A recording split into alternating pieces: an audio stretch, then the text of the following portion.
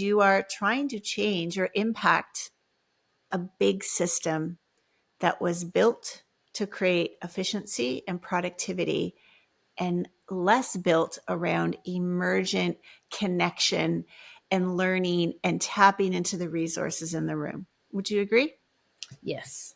I have enormous compassion. There is no judgment in what I'm going to say next. But when leaders say they want their teams to step up, they have no idea what that actually means. And often what they unconsciously mean, in my experience, is I'd like them to step up in the way that I want them to step up and say the things I want them to say and say the things that are going to make me feel good.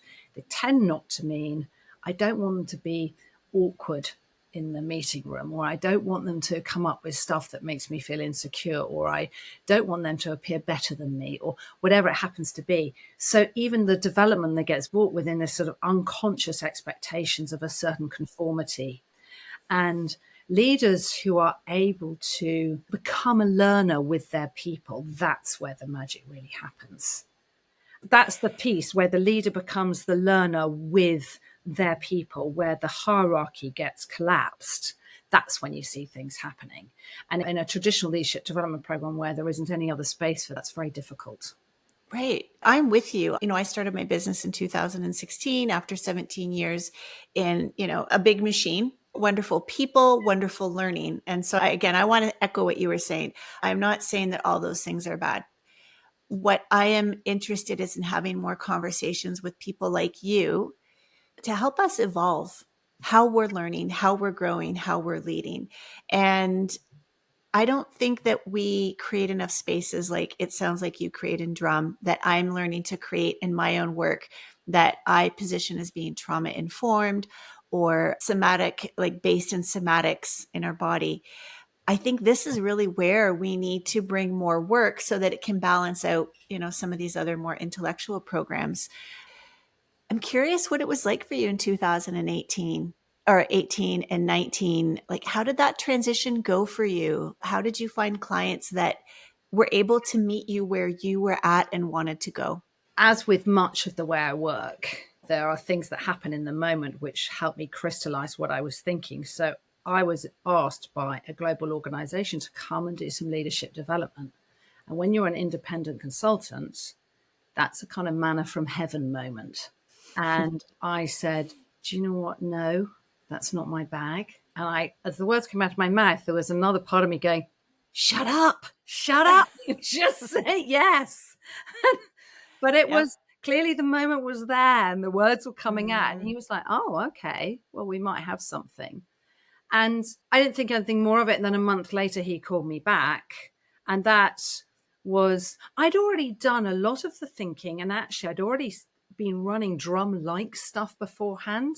But the crystallization was in the moment where I turned down what was really an enormous piece of work. Right. Something else. But they let me come and play in their company. Why did he call you back? Because he wanted me to come and look at the meeting culture in their organization. He wanted me to come and see what was going on and give him some thoughts and some ideas. It was almost like a off the record type of piece of work, because the thing you're talking about this, and you said less intellectual work. Before, I was reading something the other day. It's a program, and I'm just going to read out a couple of the pieces from it. It's an agile leadership program. It says transform your mindset and capabilities of your organization. And then it says all the things it's going to teach you to do. You're going to empower self-directed teams. You're going to apply agile approach to leading teams to organization. You're going to understand the impact of customer-centric business design. You're going to develop leadership skills, and the list goes on. That's over 3 days. Did you get that whole list? Yeah. An organization at this stage would rather buy that program than a piece of paper from Drum that says, we'll help your leaders think well together. Yep. They want that list, even though it is completely unsustainable, completely unattainable. There is zero chance people will be able to do all that at the end of 3 days. I mean, I'm not a rocket scientist, but I do know I've been coached for 26 years. So there is zero chance that's going to happen. However, that program gets sold out. And so people buy the dream rather than let's explore what we've got. And that is a shift that organizations are finding really difficult to make. We've come a long way from leaders not wanting to ask people how they're feeling because they're terrified that they might burst into tears or something. We've come a Yeah. long way from that. But in terms of creating space inside organizations for people just to put down their load of leadership and go, oh, and to be able to say what it's really like. Sometimes when we're working in spaces, the hairs stand up on the back of my arms. In fact, they're doing it when I talk about it. When people express to each other what's really going on. And there's two myths. One is that people will only talk openly to their coaches and they're not comfortable talking to anyone else. And that if they talk to anyone else inside their organization, they will be judged. Well, that's completely untrue. And in fact, it deepens the quality of relationships. But I don't want to promise this stuff.